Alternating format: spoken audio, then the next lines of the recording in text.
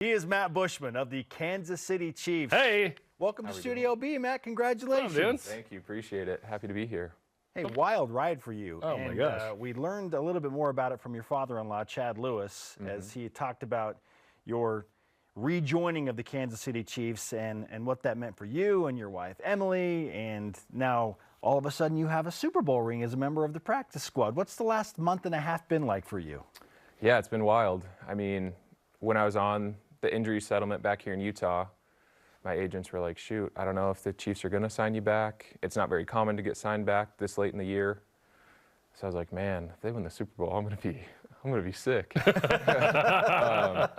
But luckily, things just kind of escalated. They called me one day and said, hey, we have a flight for you to come back to Kansas City, and hopped on the flight and joined the team. So I'm super grateful I could rejoin and have a job again and win a Super Bowl. So it would have been enough just to be back on the Chiefs, right? But obviously the Chiefs are awesome. Andy's awesome, Patrick Mahomes, Travis Kelce, everybody's awesome. So you guys end up going through this playoff run. Meanwhile, you're kind of on standby, right? Like if there's an injury or something, like you could dress and be available. So you got to stay in shape, you got to know the plays and so on. What was that process like of being ready just in case? Yeah, it's interesting. I mean, since I did training camp, you go through every play, every scenario. So I had known the playbook. So when I got back, the coaches knew that I had that experience. So yeah, I was one of the guys that was, shoot, if something happens, you have to be ready. Travis, 2 days before the AFC Championship, had a little scare where he had a little back injury. So I was like, oh my gosh, is this going to happen? But he was going to play no matter what. We all kind of knew that. But yeah, you just kind of have to have a mindset like, I can't coast through the postseason and just kind of hang out. I have to study the playbook. I have to know the game plan, because if something happens, it can be up to an hour before the game. They can say it's that late. Yeah. Wow. So are you like warming up and stretching as if you might play, just in case? Usually in that situation, you'll kind of have a heads up, like somebody's banged up, be ready. Sometimes you just kind of are in the locker room hanging out. But yeah, if it was something like that, I would have been. You could expedite that? Yeah, I'd be working out, trying to stay warm, knowing what was going to happen. What's the typical relationship like for a practice player with the active roster on game day, and especially through the playoffs and late in the playoffs? Like, where are you? What's your role? How close are you with the team? Walk us through all of that if you don't mind. I mean, in my point of view, I'd say it's pretty fluid with the active roster and practice squad. We're all in the locker room together, all in meetings. Every meeting, every single day, you're in the room with them. So I would like to think that I'm still part of the almost equal to the active roster. Yeah. And yeah, I have good relationships with all those guys, because yeah, you're battling with them, going to practice with them, trying to give them a good look. So I was trying to be Dallas Goedert, try and get the defense prepared, have them ready for whatever could happen come game day. And yeah, so I would say the biggest thing is just the pay scale. Other than that, you're doing pretty much everything. What was Super Bowl game day like for you? Where are you? What are you doing? I went to a little sacrament meeting Sunday morning with some of the BYU guys. We had some family members that were all in town, so that was cool. And then you just have a little bit of time off. You bus over to the stadium super early, so I was just like, I'm going to get there on the early bus, kind of soak in the whole atmosphere. So I was just sitting on one of the benches, throwing a ball around, just enjoying it. And then when the game actually started, we were just on the sideline trying to bring positive energy and show the guys some support while they were playing. There's no other school in the country that would have had what you just said, which is the sacrament meeting in the morning. Yeah, it's true. That's pretty cool, man. It's pretty unique. Yeah. There's always like the night before, like a Catholic mass or a pastor that will come speak to us. But yeah, definitely. Like a non-denominational kind of Christian thing? Yeah, like the team chaplain or something like that. But very unique to have BYU, so a good amount of BYU guys there to have a little sacrament meeting.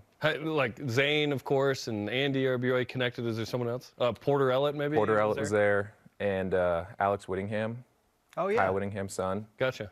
What does he do with? He has a similar role as Porter. Gotcha. Where he's like a assistant coach type thing. Very cool. That's Matt awesome. Bushman is with us on BYU Sports Nation. We're talking Super Bowl conversation and Super Bowl Sunday. When the game is happening, where are you? Are you in a seat? Are you on the sideline? Walk us through what you're seeing during the actual game. I'm just walking back and forth on the sideline, trying to get a good view, try to hear the play when the offense is on the field. So stand next to the quarterbacks or the tight ends coach or some of the backup quarterbacks that have the little earpiece to hear the play. And yeah, just try to rally the forces when things are going well or not so well. Sure. Remind me, did you play a game in that stadium? Because I'm thinking about your BYU timeline. I know the Cougars played in that stadium, but you might have been on your mission. I was on my mission at that Because 2018 was actually in Tucson, hometown for you, which is cool. But not 2016, Kalani's first game. You were on your mission. Yeah. So that was missed that stadium, I guess. Right? Missed that stadium. Did you ever play in it growing up? I never. High school or anything? We never made it to the state championship, so I never played in it. It's going to be all right. You just won a Super Bowl. Maybe one day. At halftime, are you in the locker room the whole time, or do you get to watch the Rihanna halftime show? No, couldn't watch the Rihanna halftime show. A lot of guys were like, "We're not playing. Let's go watch." But It's so long, right? Yeah, Like you're in there for like half an hour. yeah, but Coach Reed, maybe some of you guys saw what Mahomes was saying, but Coach Reed was like, "If any of you guys are watching the halftime show, just keep on walking because you're not coming back here." He wasn't about it. Yeah. Okay. He was a lot more focused on actually winning Yes. instead of And at the enjoying. time, there's some real concern there. And kind of walk us through the vibe on the sideline in the locker room of, hey, gosh, we gotta do something different. And certainly the Chiefs did in the second half. Yeah, I mean, I think everyone saw the Eagles were playing so well in the first half, and they were keeping our offense off the field. So we couldn't really work our magic and do a lot of things. So yeah, it was a little tense going into halftime, but our leaders spoke up. Pat Mahomes, Travis, they were all saying that we need to lock it in and play a lot better. So yeah, that happened second half, and they were definitely the leaders that did that. Did you lift the Lombardi Trophy at any point? I did, yeah. In the locker room, got to hold it on the airplane back to Kansas City. Got to take a couple pictures. So yeah, that was surreal and then just awesome to actually be able to hold that trophy. How heavy is it? Not as heavy as you would think, like something that big and solid, but it's still dense and it's got its power with it. Travis Kelce is one of the best tight ends ever. He might be the best ever. You know, there's some who think that. What's he like? Because he seems like he's a super fun dude, but also obviously super competitive. Yeah, he's kind of that. He's a great mentor to all of us younger guys. He doesn't show like, oh, you're trying to take my spot. Like he's established a spot and it's never gonna get taken. So he's super cool in teaching all of the ins and outs of what he's thinking. He's definitely like the class clown where his tight ends coach has been with Coach Reed for like 20 years, but Travis has been with them for 10 years. So it's like you can only give him so many coaching points, and when he's the best tight end of the league, it's like, so in meetings, he's just the jokester, kind of making fun of himself if he messes up, or, yeah, he doesn't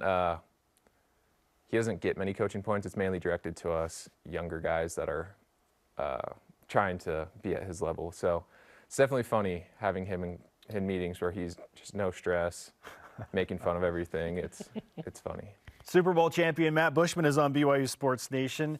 Where do you sit on the depth chart right now with the Chiefs, and how do you see your role evolving into the next season? Yeah, so I signed a futures deal. We had a little exit interviews, physicals on Tuesday, and then they gave me the futures deal. So that just signs my rights to the Chiefs in the offseason for OTAs and training camp. So the depth chart's always fluid at this time and can change. So we'll see how I'm looking during OTAs and if they draft anyone or if they re-sign everyone, all that can change and it's unknown at this time. So I'll just prepare and, try to be a guy next year. Because it was crazy because you had this, maybe the craziest day of your life where you score 2 touchdowns and then you break your collarbone in such a way that you're out for a long time, like 12 weeks we were talking before the interview.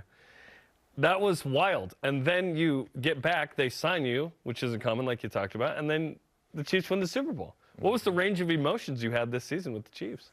Yeah, it was crazy. I mean, training camp and like the preseason games are probably the hardest part of the season just because you're practicing every day. and it's stressful. People are getting cut left and right. You don't know what's going to happen. So to be able to finish the preseason, I had a banged up knee at the time too, and I was kind of fighting through that injury. So to be able to finish the preseason like that and to get some opportunities, some balls thrown my way and to score, I was just loving it. Like, man, this is going to be awesome. I was just like, Heavenly Father, whatever happens, let it happen. Like, I don't know. At that point, my NFL career is pretty unknown. So it's just like, I'm going to trust your plan, and maybe I'll be in the league. Maybe I'll be out. So to score those touchdowns, it's pretty valuable to have the other teams be able to see that you can score in the NFL or, catch the ball. It's kind of silly, but that adds a lot of weight going into the actual season. So yeah, I was like, okay, if I'm not with this team, maybe another team will scoop me up. And then got hurt, and then that kind of all just, they see how long of a injury settlement, 12 weeks, that's most of the season. No team really knows if they want to sign you back, especially to the active roster, for being out that long. So yeah, then you're just like, man, am I even going to be in the NFL for the rest of this season, or if they're going to sign me back? I did a little tryout a few days before signing back with the Chiefs, did a tryout for the Browns, just flew out there in less than 24 hours. Did good, but they didn't sign me. And then that was on a Friday, then that next Monday, the Chiefs called, so. What a wild ride. Yeah, it's a lot of. You still love me. Yeah, I'm like, thank you.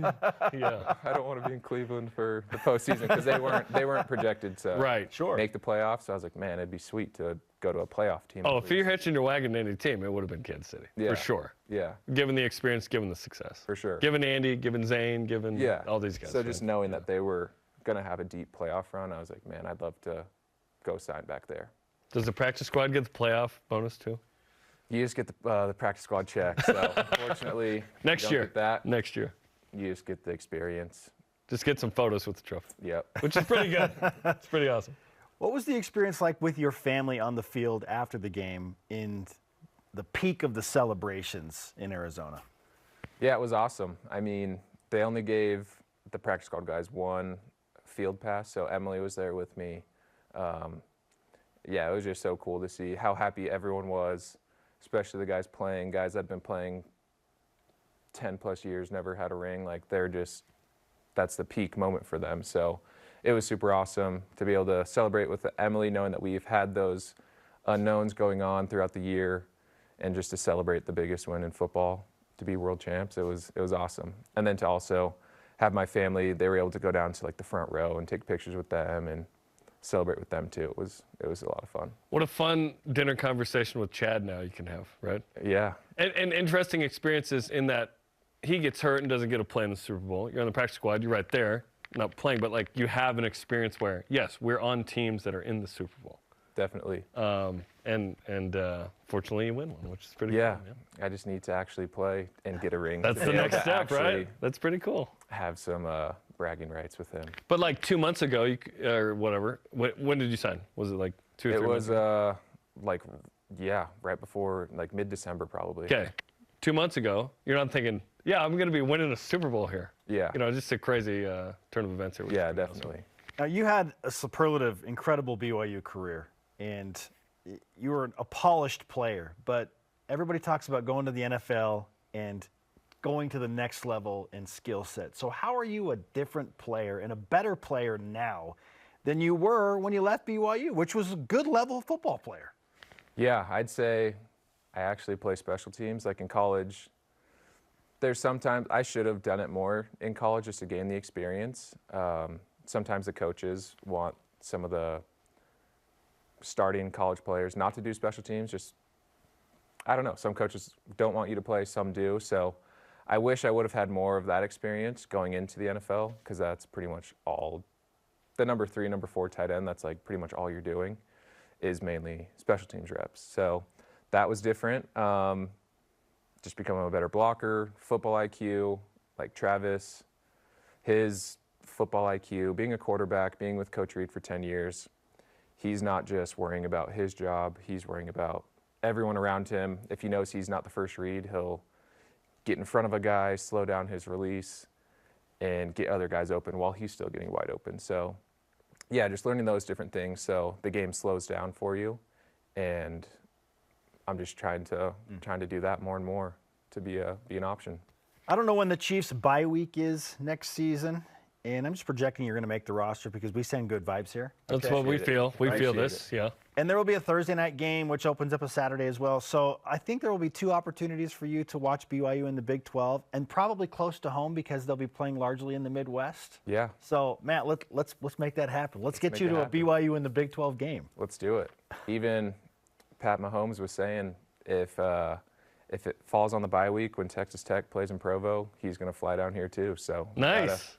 we gotta hope that happens. Let's go. That'd be amazing. That'd be Let's cool. go. Let's hope that lines up. Well, congratulations on still having some of the best hair in the league, by the way. So good. It's still great. Good to see it, Matt. Congratulations, man. Yeah, thank you.